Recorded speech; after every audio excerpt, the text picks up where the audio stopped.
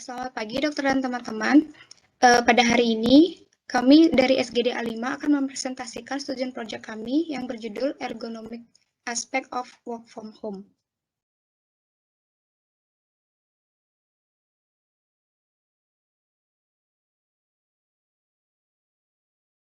Saya Arleni dengan 045. Adapun latar belakang yang pertama terkait data global, kasus terkonfirmasi COVID-19 sendiri hingga 10 September 2021 mencapai 223 juta orang, termasuk kematian 4 juta orang. Lalu dibentuk PSBB atau peraturan oleh pemerintah sebagai bentuk tindakan pencegahan untuk menyesuaikan situasi pandemi COVID-19 yang terjadi secara global ini, di mana salah satunya adalah work from home sebagai perubahan konsep kerja jarak jauh. Di mana untuk WFH ini sendiri adanya tantangan terbesar yaitu terkait perubahan fungsi rumah tangga dan juga tindakan menjaga keseimbangan kerja. Di mana menurut data 40-50% pekerja mengalami keluhan muskuloskeletal. Lalu adanya risiko penyakit akibat kerja dan juga dampak produktivitas, kenyamanan, stres, dan juga beban kognitif, sehingga perlunya pemahaman penerapan ergonomis terkait WFH, di mana ini sebagai bentuk penyesuaian interaksi individu dan juga komponen sistem lain sebagai bentuk optimalisasi. Selanjutnya, adapun rumusan masalah, tujuan, dan juga manfaatnya sebagai berikut.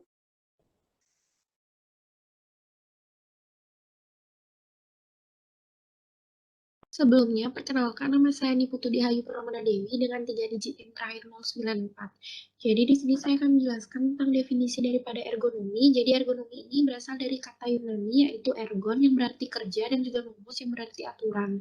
Secara singkatnya, ergonomi merupakan ilmu yang mempelajari perilaku manusia dalam yang berkaitannya dengan pekerjaan mereka. Tujuan dari ergonomi ini yaitu untuk mempelajari batasan daripada tubuh manusia pada saat berinteraksi dengan lingkungan kerjanya, baik secara jasmani maupun psikologis. Secara umum, tujuan dari ergonomi yaitu yang pertama, meningkatkan kesejahteraan fisik dan juga mental melalui upaya pencegahan dan penyakit akibat kerja dan juga menurunkan beban kerja dari fisik dan mental. Yang kedua, ada meningkatkan kesejahteraan sosial melalui adanya peningkatan kualitas kontak sosial. Baik, perkenalkan saya Niputu Rosyana Rahayu Tamitisna dengan nomor urut NIM terakhir 074. Selanjutnya adalah work from home. Di sini definisi dari work from home adalah suatu kondisi di mana pekerja bekerja di luar kantor perusahaan. Jadi pekerja dapat bekerja dari rumah, tidak perlu datang ke kantor dan bertatap muka dengan para pekerja lainnya. Work from home ini memiliki fleksibilitas yang tinggi dari segi waktu dan juga tempat. Akibat dari dampak pandemi COVID-19, semua kantor pemerintah maupun swasta diwajibkan untuk menerapkan sistem kerja WFH.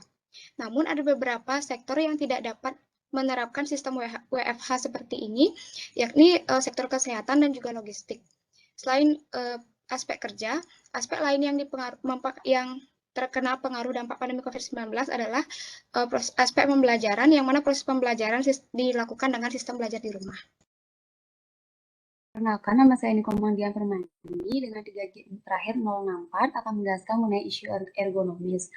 Work from home merupakan kebijakan pemerintah menyikapi tingginya kejadian COVID. Akan tetapi, suasana rumah saat bekerja tidak serupa dengan suasana kantor. Beberapa orang harus bekerja dengan fasilitas yang terbatas dan kondisi rumah yang tidak kondusif, seperti bising, temperatur ruangan, dan pencahayaan yang kurang, sehingga akan menyebabkan munculnya isu-isu ergonomis seperti stres dan masalah kesehatan berupa keluhan pada bahu, leher, mata, low back pain, dan carpal tunnel syndrome. Isu tersebut harus dicegah agar tidak mengganggu kenyamanan, kesehatan, dan produktivitas kerja. Adapun hal yang dapat dilakukan untuk mencegah isu-isu tersebut yaitu dengan melakukan pekerjaan secara dinamis, yaitu lakukan pekerjaan di jam-jam produktif namun tetap menyesuaikan dengan kesepakatan tim. Kemudian kombinasikan posisi kerja duduk dan berdiri dengan tetap mempertahankan posisi yang ergonomis.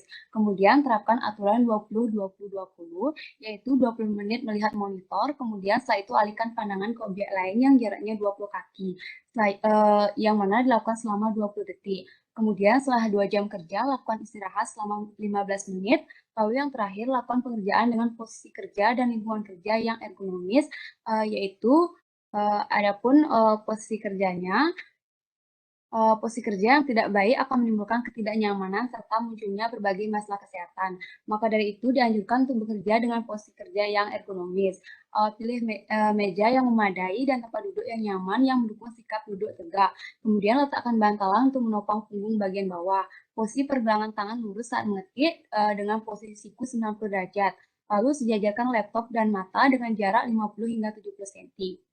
Kemudian lingkungan kerja, adapun yang mempengaruhi yaitu lingkungan termal, pencahayaan, dan kebisingan. Untuk lingkungan termal sebaiknya diatur dalam suhu 22 hingga 25 derajat Celcius, serta gunakan pakaian yang tidak terlalu tebal dan dapat menyerap keringat.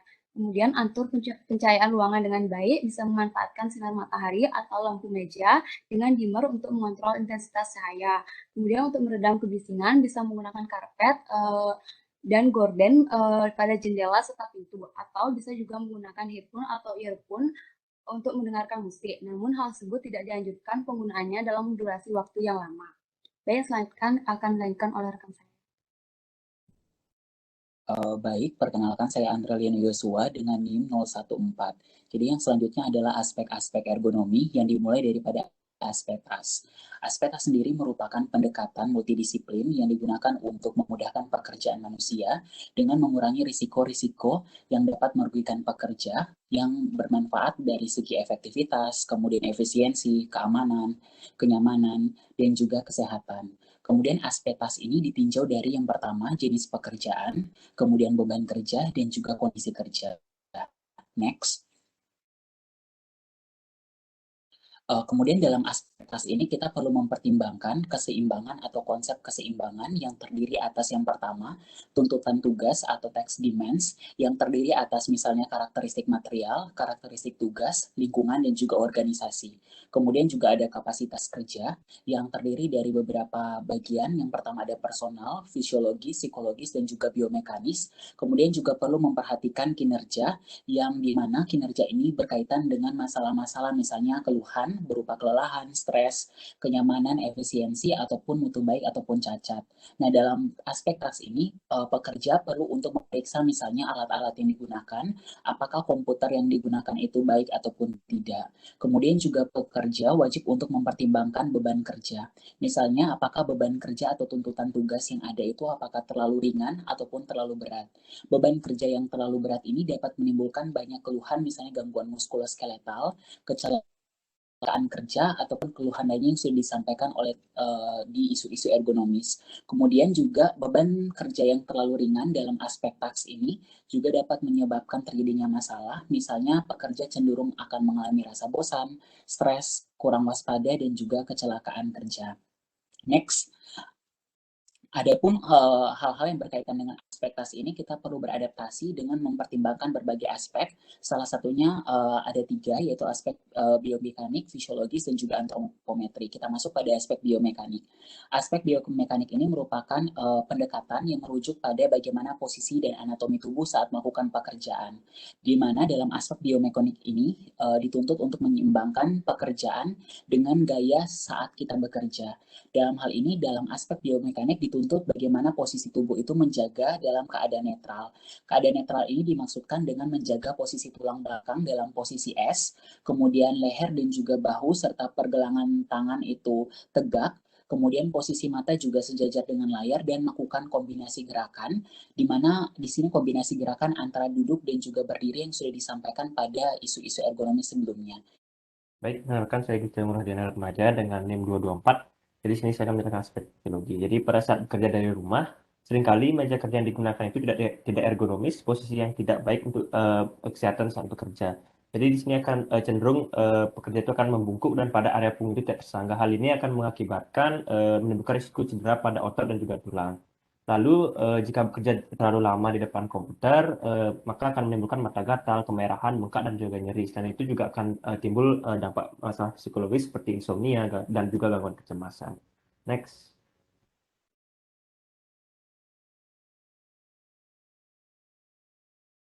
Baik, perkenalkan saya Ika Dewi Semakrisnanda dengan 3 digit NIM terakhir 025. Berikutnya adalah aspek antropometri. Antropometri diartikan sebagai suatu ilmu yang secara khusus berkaitan dengan pengukuran tubuh manusia yang digunakan untuk menentukan perbedaan pada individu, kelompok, dan sebagainya. Aspek antropometri saat bekerja di rumah antara lain, yang pertama, alat-alat dan perlengkapan kerja yang digunakan didesain untuk manusia. Harus sesuai dengan manusia dan mudah digunakan saat bekerja. Kemudian kondisi kerja didesain sesuai dengan manusia. Didesain sesuai dengan manusia sebagai pengguna dan sesuai dengan kebutuhan saat bekerja. Kemudian desain tempat kerja sesuai data antropometri, di mana didesain sesuai dengan dimensi tubuh manusia atau penggunanya. Kemudian sesuai dimensi dan ukuran tubuh manusia mulai dari tinggi, panjang, berat, dan jangkauan. Serta yang terakhir adalah gunakan tabel antropometri yang tepat. Baik, selanjutnya adalah aspek organisasi. Sebelum perkenalkan, saya Putu Tanjani Mahadewi Sumadi. Di sini dapat diketahui bahwa saat kerja di kantor, gangguan otot rangka adalah musuh terbesar pekerja kantor. Dilaporkan oleh sekitar 40-50% pekerja. Kondisi yang lebih buruk diprediksi saat working from home karena keterbatasan fasilitas kerja di rumah. Agar work from home menjadi lebih nyaman, aman, menyenangkan, dan terhindar dari permasalahan seperti stres, kekurangan tidur, mata lelah, dan juga badan pegal, maka salah satu aspek ergonomis yang perlu dikaji adalah aspek organisasi. Aspek organisasi menjelaskan tentang teori-teori mengenai waktu istirahat dan shift kerja yang ideal bagi karyawan. Work from home tidak jauh dari interaksi dengan layar monitor, komputer, laptop, ponsel, dan tablet dalam durasi yang lama. Dan hal ini dapat menyebabkan gangguan pada mata. Maka dari itu, dibutuhkan waktu istirahat di sela-sela padatnya jam kerja. Adapun salah satu cara untuk mengatasi hal ini yaitu dengan menerapkan aturan 20-20-20, yang dimana dilakukan istirahat selama 20 detik setelah menatap monitor selama 20 menit, dan lihat objek yang berada pada jarak 20 feet. Selain itu, untuk jadwal kerja bisa dilakukan seperti pada umumnya, yaitu 5 hari kerja, di mana maksimal 8 jam per hari, dan juga disertai dengan 2 hari libur. Baik, nama saya Jessica Rahman dengan 3 digit NIM terakhir 244. Saya lanjutkan ke yang berikut. Baik, jadi aspek environment itu definisinya yaitu merupakan segala sesuatu hal yang ada di sekitar pekerja yang mampu mempengaruhi dirinya sendiri dalam melangsungkan tugas yang dibebankan. Lingkungan kerja atau work environment ini adalah komponen yang sangat penting pada karyawan yang melakukan aktivitas bekerja. Dengan menciptakan lingkungan kerja yang baik dan juga melangsungkan kondisi kerja yang cukup memberikan motivasi dan semangat karyawan untuk bekerja. Baik, jadi faktor yang mempengaruhi environment work ini yang pertama yaitu temperatur, yang kedua adanya kelembapan, ketiga pencahayaan, sirkulasi udara, kebersihan atau polusi, dan juga keamanan. Panduan kerja WFA yang dianjurkan yaitu yang pertama membuat lingkungan rumah bersih dan tertata bebas dari polusi udara. Yang kedua, istirahatlah saat lelah menatap layar laptop atau komputer. Dan yang ketiga, menyiapkan tempat khusus untuk online, tempat yang temperatur tidak terlalu dingin maupun panas, tempat yang sirkulasinya baik dan bersih, dan juga pencahayaan yang baik. Baik, sebelumnya perkenalkan nama saya Made Anita Revayanti dengan 3 digit NIM terakhir 124. Jadi pada kesempatan kali ini saya akan menjelaskan tentang manfaat ergonomi dari sisi work from home, di mana ada pun 3 manfaat yang dapat disampaikan dari sisi ergonomi dari work from home, yaitu yang pertama itu dapat melakukan peregangan otot saat sela-sela kerja, di mana dengan melakukan peregangan otot saat sela-sela kerja itu tentunya dapat mengurangi risiko terhadap kejadian cedera tulang dan otot. Kemudian yang kedua itu dapat mengatur kenyamanan lingkungan sendiri selama bekerja dari rumah, di mana tentunya dengan mengatur kenyamanan lingkungan sendiri itu dapat mempengaruhi produktivitas. Kemudian yang ketiga itu dapat mengatasi kelelahan mata, di mana di sini mengatasi keluhan kelelahan mata itu dapat dilakukan dengan menerapkan aturan 20-20-20 yang dimana sudah sempat dijelaskan tadi, yaitu dengan istirahat selama 20 detik setelah menatap layar 20 menit dengan melihat objek dengan jarak 20 feet. Baik, perkenalkan nama saya Dewaya Kawahyuni dengan 3 digit NIM terakhir 015. Di sini saya akan menjelaskan mengenai tips ergonomi saat WFH. Yaitu yang pertama di sini terdapat tips peregangan otot di sela-sela kerja, tips mengatur lingkungan termal, tips mengatur pencahayaan di rumah, tips mengatur kebisingan di rumah, mengatasi keluhan mata saat bekerja dengan monitor, dan yang terakhir ada olahraga saat WFH. Bisa di next. Baik, untuk selanjutnya yang pertama, di sini saya akan menjelaskan mengenai tips peregangan otot di sela-sela kerja.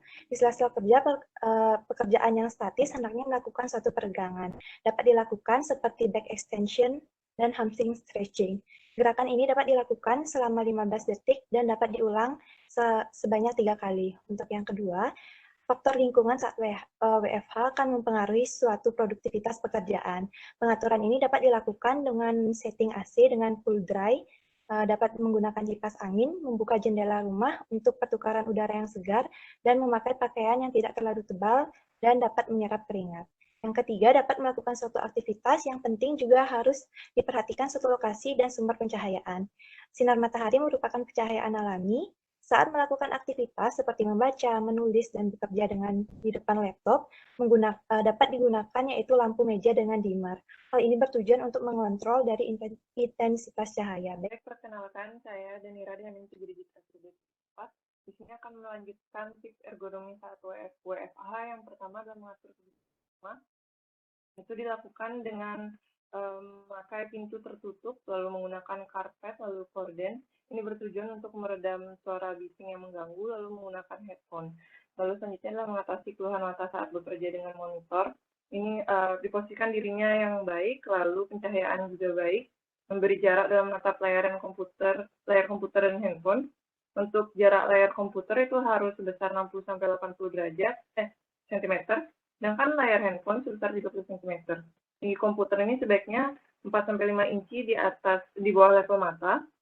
Lalu selanjutnya adalah mengedipkan mata, menggunakan tetes mata, perbesar ukuran font, menggunakan kontras tulisan berwarna hitam dengan latar putih, mengatur pencahayaan monitor, melakukan pemeriksaan mata yang sering, dan juga melakukan sistem 20-20-20 yang tadi sudah dijelaskan. Selanjutnya adalah olahraga saat WFH. Ini bisa dilakukan dengan kombinasi tiga. Yang pertama adalah endurance, strength, dan flexibility. Untuk endurance itu seperti jalan kaki, jogging, dan senam aerobik. Ini bisa dilakukan 3-5 sesi dalam seminggu, dan setiap sesinya ini minimal 20 menit. Lalu selanjutnya adalah olahraga yang menggunakan kekuatan atau strength. Ini seperti push up, plank, pull up, squat, dan lain-lain. Ini dilakukan 3 kali seminggu dengan durasi 10-15 menit setiap sesi. Lalu selanjutnya adalah fleksibilitas. Ini contohnya seperti peregangan dan stretching. Tujuannya untuk meningkatkan fleksibilitas atau range of motion. Ini dilakukan 2 sesi setiap hari. Lalu karena kita melakukan kegiatannya di rumah, kita bisa menggunakan aplikasi olahraga dan ikuti kelas olahraga online sembari mendengarkan musik yang dapat meningkatkan semangat. Sekian, bisa dilanjutkan.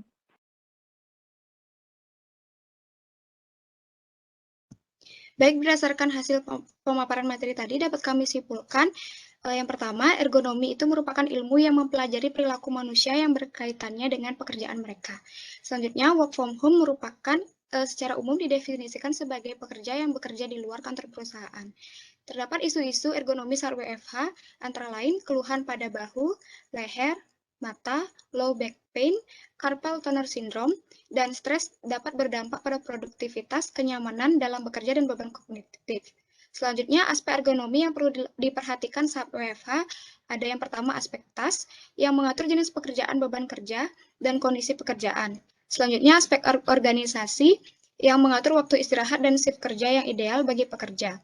Dan yang ketiga, ada aspek environment, yang mengatur mengenai segala sesuatu hal di sekitar yang mampu mempengaruhi pekerja dalam melakukan pekerjaannya. Selanjutnya, manfaat ergonomi di saat WFH ini adalah meningkatkan produktivitas, terhindar dari stres dan beban kognitif, terhindar dari risiko penyakit yang bisa disebabkan akibat pekerjaan dan dapat meningkatkan kenyamanan. Dan yang terakhir, berikut adalah tips ergonomik yang dapat dilakukan saat WFH, yakni melakukan peregangan otot di sela kerja, mengatur lingkungan termal, mengatur pencahayaan rumah, mengatur kebisingan di rumah, dan melakukan olahraga secara teratur. Baik. Sekian presentasi student project dari kami. Apabila ada kesalahan kata, mohon dimaafkan. Kami tutup dengan terima kasih.